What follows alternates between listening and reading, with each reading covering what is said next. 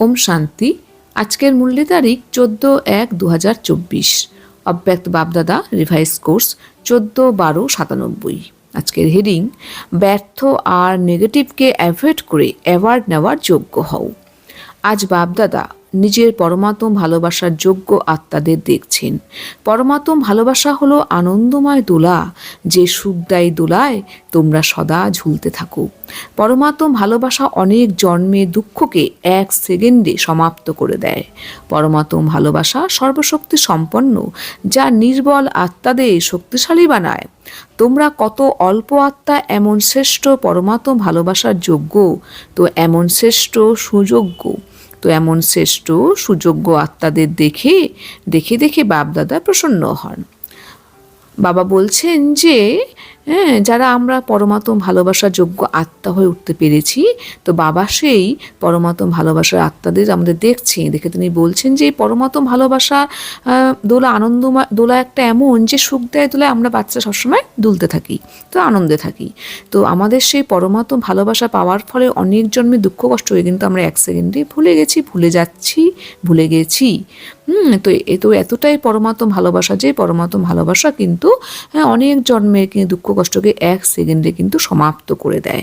কারণ এই ভালোবাসা হলো সর্বশক্তি সম্পন্ন, যা নির্বল আত্মাদেরকে শক্তিশালী করে তোলে। তো বাবা তাই বলছেন যে তোমরা কত অল্প আত্মা এমন যে শ্রেষ্ঠ পরমাত্ম ভালোবাসার যোগ্য। কেন বলছেন? কারণ বাবা বলতে চাইছেন যে এই জ্ঞান তো আমরা প্রত্যেকের মধ্যেই দান করার আমরা কিন্তু একটা চেষ্টা করে থাকি, সেবা করে থাকি, কিন্তু সবাই কিন্তু শুনে বুঝে ভালো ভালো বলে, কিন্তু প্রকৃতপক্ষে কিন্তু জ্ঞানটিকে প্র্যাকটিক্যালি ইউটিলাইজ করে না বা করতে চায় না, সেটা তাদের ব্যাপার। কিন্তু যারা ঈশ্বরকে চিনে বুঝে জ্ঞানটিকে সুন্দর প্র্যাকটিক্যাল লাইফ ইউটিলাইজ করে প্রকৃত সুখ শান্তি অনুভূতি করতে সক্ষম হয়েছে, তারা হলো এত এই সমস্ত বিশ্বের মধ্যে বাবা বলে না, কোটি মে ভি কোই মে ভি কোই, कोई में भी कोई बिरला ही मुझे पहचानते ही, বাবা কিন্তু এরকম বলেন।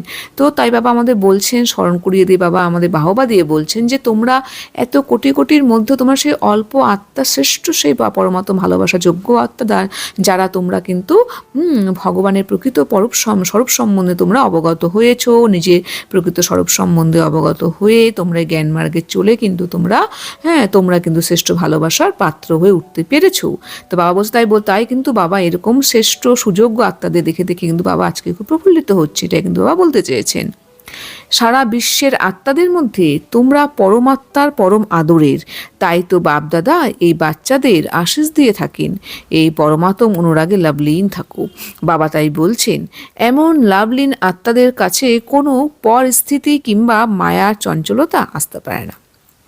বাবা বলছেন যে সমস্ত বিশ্বের মধ্যে তোমরা এই অল্প কয়জন আত্মা হলো পরমাত্মার শ্রেষ্ঠ আত্মা, আদরের আত্মা। কারণ তোমরাই কিন্তু প্রকৃতপক্ষে ভগবানকে চিনে তোমরা সেই ভগবানের বলা পথে তোমরা কিন্তু চলছো।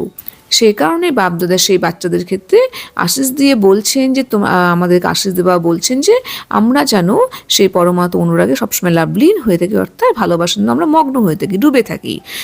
তাই বাবা বলছেন যে যারা এরকম পরমাত্ম ভালোবাসায় লাভলীন মগ্ন হয়ে থাকে, তাদের কাছে কিন্তু পরিস্থিতি বা মায়ার চঞ্চলতা আসতে পারে না। পরিস্থিতি মানে কি? দৈহিক ধর্মে যখনই আমরা বশীভূত হচ্ছি, দেহটা কি আমার নয়, পরধর্ম। দৈহিক ধর্ম মানেই কিন্তু পরধর্ম, আর পরধর্মের মানেই কিন্তু বিকারের আমাদের ধর্মে আমরা চলে যাচ্ছি। তাই বাবা বলছেন যত আমরা পরমাত্ম ভালোবাসায় মগ্ন থাকবো, লাভলীন থাকবো, ততক্ষণ কিন্তু আমাদের মধ্যে কিন্তু কোনো পরিস্থিতি বা মায়া কিন্তু এসে আমাদের অ্যাটাক করবে না। কিন্তু যখনই আমরা এই লাভলীনে আর থাকবো না, আমরা নিজের স্বস্তিতে আর থাকবো না, তখনই কিন্তু পরিস্থিতি এসে আমাদের অ্যাটাক করবে, মায়া চঞ্চলতা এসে আমাদের অ্যাটাক করবে। তাই কিন্তু বাবা আমাদের বুঝিয়ে বলছেন যে বাচ্চারা তোমরা যখন এই আশীষটা পেয়েছো, সুতরাং তোমরা আশীষেই থাকো যে পরমাত্ম লাভলীনে তোমরা একদম পরমাত্ম অনুরাগে তোমরা লাভলীন থাকো।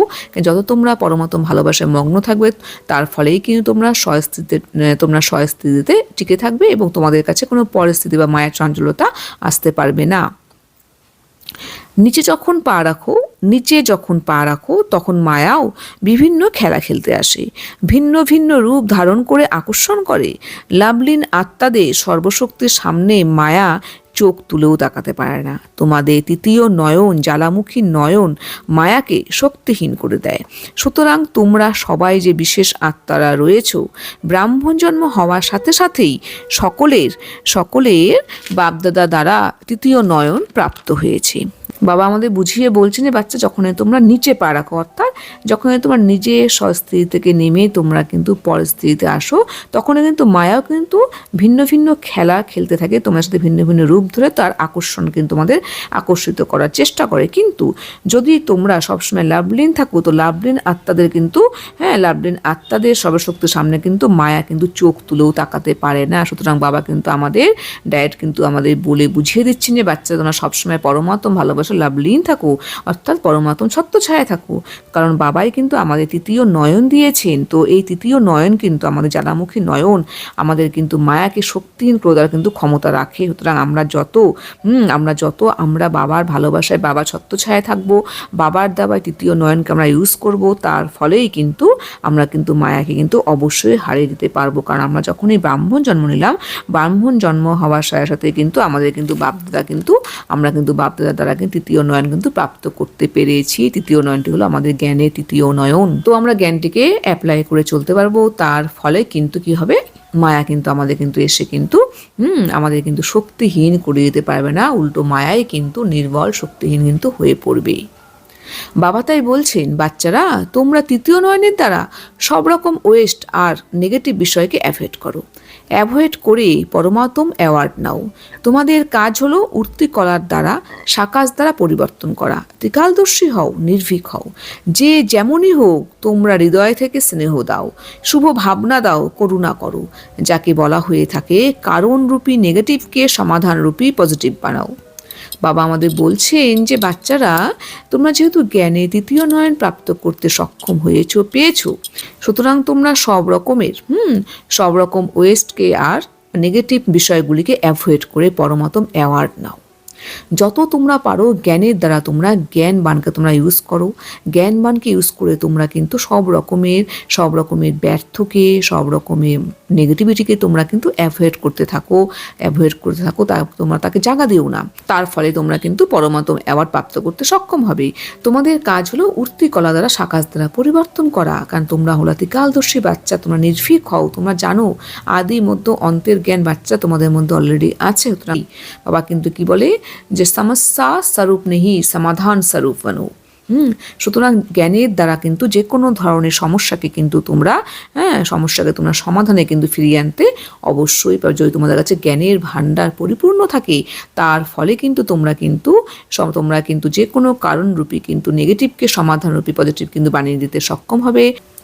বাবা কিন্তু আমাদের সবসময় কিন্তু আমাদের নানান রকম স্লোগানের দ্বারা, আমাদের উমং উৎসাহ দ্বারা কিন্তু বাবা সবসময় বুঝিয়ে বলেছেন যে বাচ্চারা, তোমরা হলে সমাধান স্বরূপ, তোমরা ত্রিকালদর্শী, নির্ভীক, তোমার মাস্টার সর্বশক্তিমান। সুতরাং এত আমাদের টাইটেল প্রাপ্ত আমরা করেছি, আমাদের বাবা দিয়েছেন। সুতরাং যে যেমনই আত্মা আমাদের কাছে আসুক, আমাদের কাজ হলো তাকে আত্মিক দৃষ্টিকোণ দিয়ে দেখে হৃদয় থেকে তাকে স্নেহ দেওয়া, শুভ ভাবনা দেওয়া, তার প্রতি করুণা করা। কারণ আমরা তো জ্ঞানী আত্মা, কিন্তু সে তো অজ্ঞানী আত্মা।